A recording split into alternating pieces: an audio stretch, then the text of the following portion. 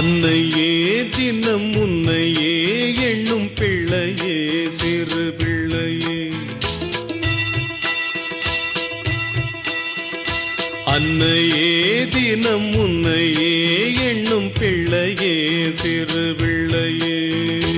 அன்னையே தினம் உன்னையே எண்ணும் பிள்ளையே சிறு பிள்ளையே.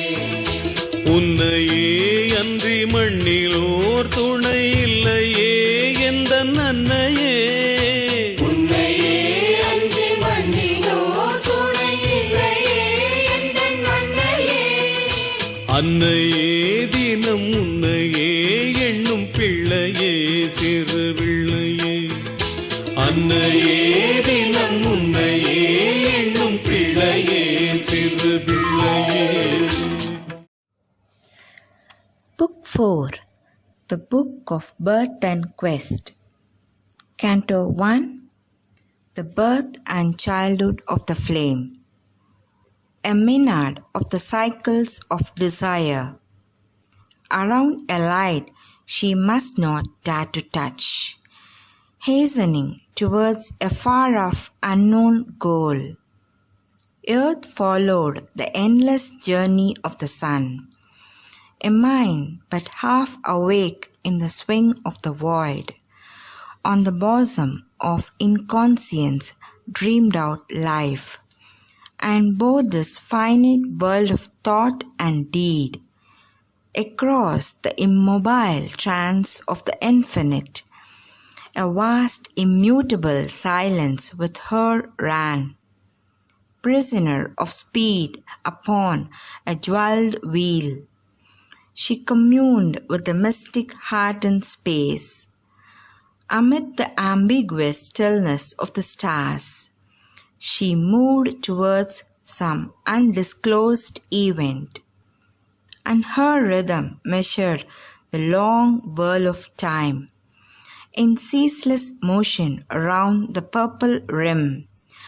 Day after day sped by like colored spokes, and through a glamour of shifting hues of air, the seasons drew in linked significant dance, the symbol pageant of the changing year. Across the burning languor of the soil, paced summer with his pomp of violent noons, and stamped his tyranny of torrid light, and the blue seal of a great burnished sky. Next, through its fiery swoon or clotted knot, rain tide burst in upon torn wings of heat, startled with lightning, ad's unquiet drowse, lashed with life-giving streams, the torpid soil, overcast with flare and sound and storm-winged dark, the star-defended doors of heaven's dim sleep, or from the gold eye of her paramour, covered with packed cloud veils, the earth's brown face. Armies of revolution crossed the time field. The clouds' unending march visaged the world. Tempest pronunciamentos claimed the sky, and thunder drums announced the embattled gods. A traveller from unquiet neighbouring seas, the dense manned monsoon rode neighing through earth's hours. Thick now the emissary javelins, enormous lightnings split the horizon's rim, and hurled from the quarters as from contending camps, married heaven's edges, steep and bare and blind. A surge and hiss and onset of huge rain. The long straight sleet drift, clamours of winged storm charge, throngs of wind faces, rushing of wind feet, hurrying swept through the prone afflicted plains. Heaven's waters trailed and dribbled through the drowned land. Then all was a swift stride, a sibilant race, or all was tempest about and waters fall. A dimness saged on the grey floor of day. Its dingy sprawling length joined morn to eve. Wallowing in sludge and shower, it reached black dark. Day a half darkness wore as its dull dress. Light looked into dawn's tarnished glass and met its own face there, twin to a half light night's. Downpour and drip and seeping mist swayed all, and turned dry soil to bog and reeking mud. Earth was a quagmire, heaven a dismal block. None saw through dank, drenched weeks the dungeon sun. Even when no turmoil vexed air, somber rest, or a faint ray glimmered through weeping clouds, as a sad smile gleams, veiled by returning tears, all promised brightness failed at once denied, or soon condemned, died like a brief-lived hope.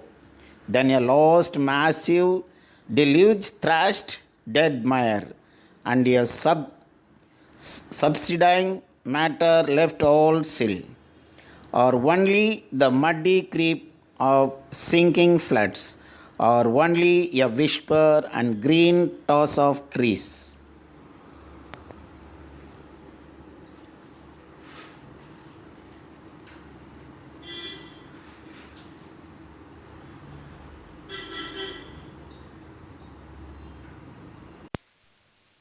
Earth's mood now changed.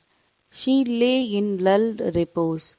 The hours went by with slow, contented tread. A wide and tranquil air remembered peace. Earth was the comrade of a happy sun. A calmness neared as of the approach of God. A light of musing trance lit soil and sky, and an identity and ecstasy filled meditation's solitary heart. A dream loitered in the dumb mind of space. Time opened its chambers of felicity. An exultation entered and a hope. An inmost self looked up to a heavenlier height. An inmost thought kindled a hidden flame.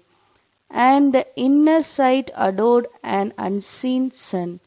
3 thoughtful seasons passed with shining tread, and scanning one by one the pregnant hours, watched for a flame that lurked in luminous depths, the vigil of some mighty birth to come.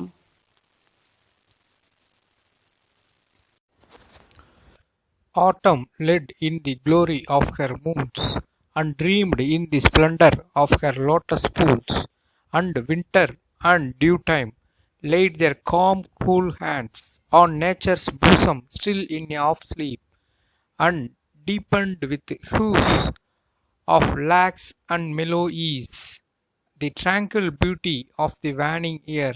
Then spring, an ardent lover, leaped through leaves and caught the earth bride in his eager clasp. His advent was a fire of Irish hues. His arms were a circle of the arrival of joy. His voice was a call to the transcendent sphere, whose secret touch upon our mortal lives keeps ever new the thrill that made the world, remolds an ancient sweetness to new shapes, and guards intact, unchanged by death and time, the answer of our hearts to nature's charm, and keeps for ever new, yet still the same, the throb that ever wakes to the old delight and beauty and rapture and the joy to live. His coming brought the magic and the spell. At his touch, life's tired heart grew glad and young. He made joy a willing prisoner in her breast. His grasp was young gods upon earth's limbs, changed by the passion of his divine outbreak. He made her body beautiful with his kiss. Impassioned for felicity he came, high flirting with the coil's happy voice, his peacock turban trailing on the trees. His breath was a warm summons to delight. The dense, voluptuous azure was his gaze. A soft celestial urge surprised the blood, rich with the instinct of God's sensuous joys. Revealed in beauty, a cadence was abroad, insistent on the rapture thrill in life. Immortal movements touched the fleeting house. A godlike packed intensity of scene made it passionate pleasure even to breathe. All sides and voices wove a single charm. The life of the enchanted globe became a storm of sweetness and of the light and song, a revel of color and of ecstasy, a hymn of rays, a litany of cries. A strain of choral priestly music sang and swung on the swaying censer of the trees. A sacrifice of perfume filled the house, asokas burned in crimson spots of flame. Pure like the breath of an unstained desire, white jasmine haunted the enamored air, pale mango blossoms fed the liquid voice of the love-maddened coil, and the brown bee muttered in fragrance mid the honey buds. The sunlight was a great god's golden smile, all nature was at beauty's festival. In this high signal moment of the gods, answering earth's yearning and her cry for bliss, a greatness from our other countries came, a silence in the noise of earthly things, immutably revealed the secret world. A mightier influx filled the oblivious clay, a lamp was lit, a sacred image made. A mediating ray had touched the earth, bridging the gulf between man's mind and God's.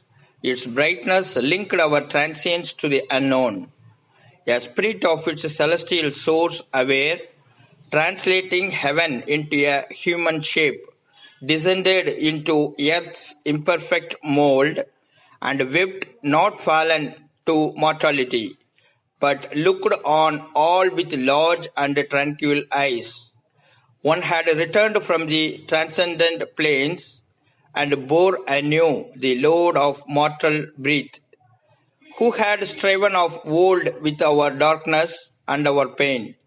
She took again her divine unfinished task, survivor of death and the aeonic years. Once more with her fathomless heart, she fronted time.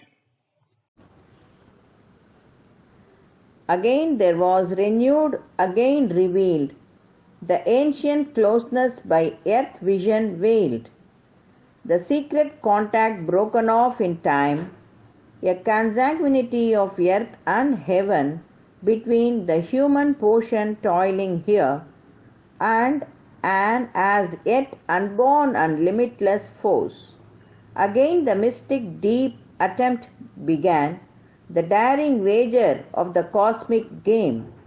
For since upon this blind and whirling globe, earth plasm first quivered with the illumining mind, and life invaded the material sheath, afflicting inconscience with the need to feel, since in infinity's silence woke a word, a mother wisdom works in nature's breast to pour delight on the heart of toil and want, and press perfection on life's stumbling powers, impose heaven's sentience on the obscure abyss, and make dumb matter conscious of its God. Although our fallen minds forget to climb, although our human stuff resists or breaks, she keeps her will that hopes to divinize clay. Failure cannot repress, defeat overthrow. Time cannot vary her, nor the void subdue. The ages have not made her passion less. No victory she admits of death or fate. Always she drives the soul to new attempt. Always a magical infinitude forces to aspire the inner brute elements. As one who has all infinity to waste, she scatters the seed of the eternal strength. On a half animate and crumbling mold, plants heaven's delight in the heart's passionate mare. Pours Godhead's seekings into a bare beast frame, hides immortality in a mask of death. Once more that will put on an earthly shade, a mind empowered from truth's immutable seat, was framed for vision and interpreting act, an instrument where sovereignly designed to express divinity in terrestrial signs. Outlined by the pressure of this new descent, a lovelier body formed than earth had known. As yet a prophecy only and a hint, the glowing arc of a charmed unseen whole. It came into the sky of mortal life, bright like the crescent horn of a gold moon, returning in a faint illumined eve. At first glimmering like an unshaped idea, passive she lay sheltered in wordless sleep, involved and drowned in matter's giant trance, an infant heart of the deep-caved world plan, in cradle of divine inconscience rocked by the universal ecstasy of the suns, some mission power in the half-vacant frame nursed a transcendent bird's dumb glorious seed, for which this vivid tenement was made, but soon the link of soul with form grew sure, flooded was the dim cave with slow conscient light, the seed grew into a delicate marvellous bud, the bud disclosed a great and heavenly bloom. At once she seemed to found a mightier race, arrived upon the strange and dubious globe, a child remembering inly a far home, live guarded in our spirit's luminous cell, alone mid men in our diviner kind. Even in her childish movements could be felt the nearness of a light still kept from earth, feelings that only eternity could share, thoughts natural and native to the gods. As needing nothing but its own rapt flight, her nature dwelt in a strong separate air, like a strange bird with large rich-coloured breast that sojourns on a secret fruited bough, lost in the emerald glory of the woods, or flies above divine unreachable tops. Harmoniously she impressed the earth with heaven, aligned to a swift rhythm of sheer delight, and singing to themselves her days went by. Each minute was a throb of beauty's heart, the heart which tuned to sweet-toned content, which asked for nothing but took all life gave, sovereignly as her nature's inborn right. Near was her spirit to its parent sun, the breath within to the eternal joy, the first fair life that breaks from nature's swoon, mounts in a line of rapture to the skies, absorbed in its own happy urged lips, sufficient to itself yet turned to all. It has no seen communion with its world, no open converse with surrounding things. There is a oneness need to a knuckle that needs no instrument and erects no form. In unison it grows with all that is.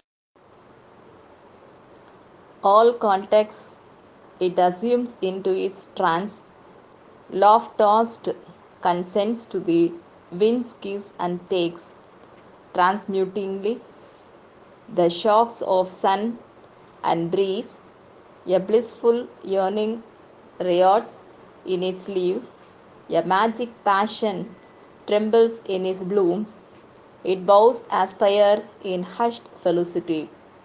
An occult godhead of this beauty is cast, the spirit and intimate guest of all this charm, this sweetness, priestess, and this reverie's muse, invisibly protected from our sins.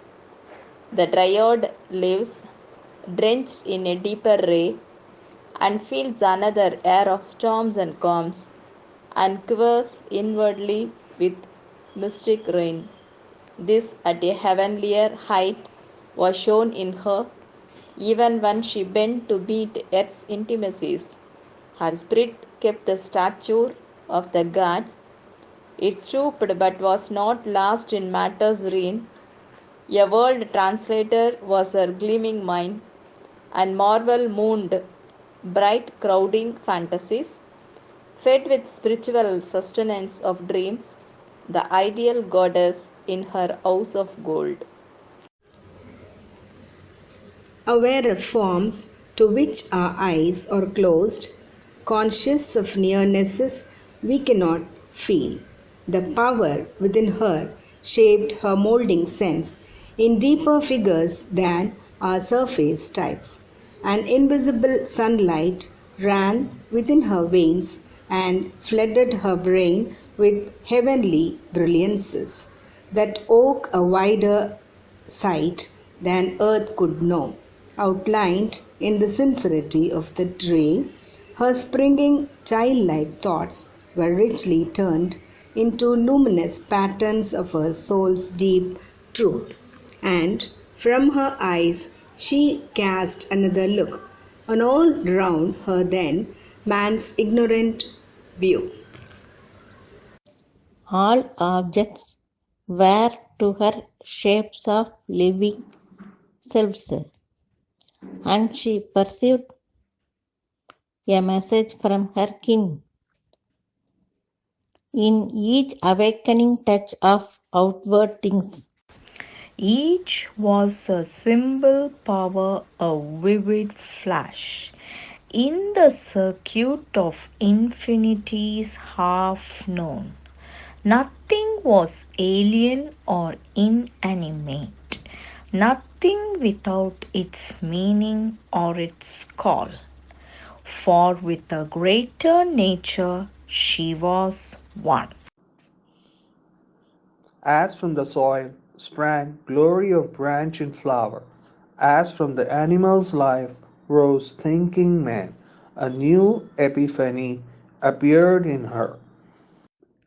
A mind of light, a life of rhythmic force, a body instinct with hidden divinity, prepared an image of the coming God, and when the slow rhyme of the expanding years and the rich murmurous swarm work of the days had honey-packed her sense and filled her limbs, accomplishing the moon-robe of her grace, self-guarded in the silence of her strength, her solitary greatness was not less.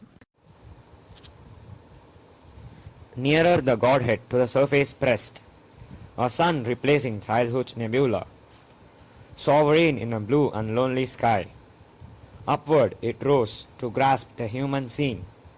The strong inhabitant turned to watch her field. A lovelier light assumed her spirit brow, and sweet and solemn grew her musing gaze. Celestial, human deep, warm, slumberous fires woke in the long-fringed glory of her eyes, like altar burnings in a mysteried shrine. Out of those crystal windows gleamed a will that brought a large significance to life. Holding her forehead's candid stainless space, behind the student arc, a noble power of wisdom looked from light on transcendent things, a scout of victory in a vigil tower. Her aspiration called high destiny down, a silent warrior paced in her city of strength, inviolate, guarding truth's diamond throne.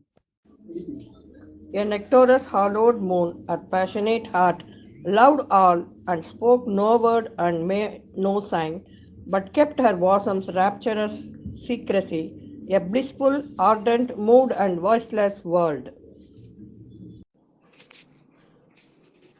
Proud, Swift and joyful ran the wave of life within her like a stream in paradise. Many high gods dwelt in one beautiful home, yet was her nature's orb a perfect whole, harmonious like a chant with many tones, immense and various like a universe. The body that held this greatness seemed almost an image made of heaven's transparent light. Its charm recalled things seen in visions hours, a golden bridge spanning a fairy flood, a moon-touched palm tree single by a lake, companion of the wide and glimmering peace, a murmur as of leaves in paradise, moving when feet of the immortals pass, a fiery halo over sleeping hills, a strange and starry head alone in night. End of Canto 1. Om Namo Bhagavate Shri Arvindaya. मन की गुलिस्तान में फूलों से बस गए हो, हर एक ख्यालों की एहसास बन गए हो। हे मां शरणम श्री अरविंदो शरणम, हे मां शरणम श्री अरविंदो शरणम।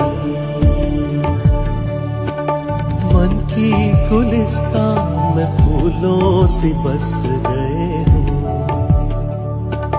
हर एक ख्यालों की एहसास बन गए।